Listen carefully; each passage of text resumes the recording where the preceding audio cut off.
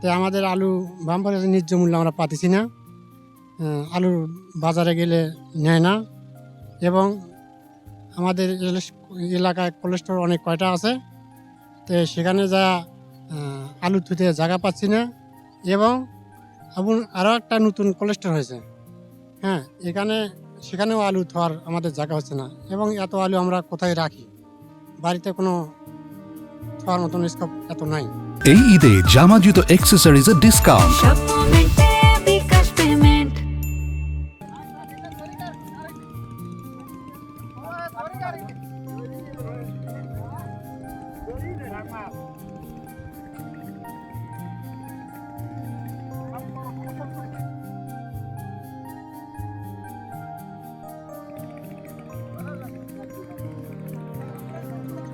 কিন্তু বর্তমান যে আলুর বাজার 7 থেকে 8 টাকা কেজি, এর দাম হলে কৃষকের মাথায় হাত হবে এবং সর্বনাশ হয়ে যাবে।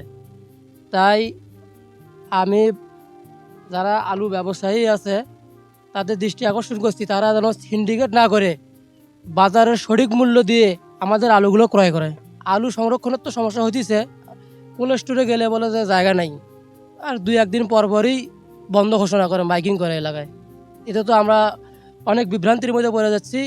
এই কারণে তো আমরা যখন দেখবো যে কোল্ড স্টোর বন্ধ, তখন তো আমরা অল্প দামি মাল ছেড়ে দিচ্ছি আর কি, আমাদের এতে অনেক ক্ষতি হয়ে যাচ্ছে।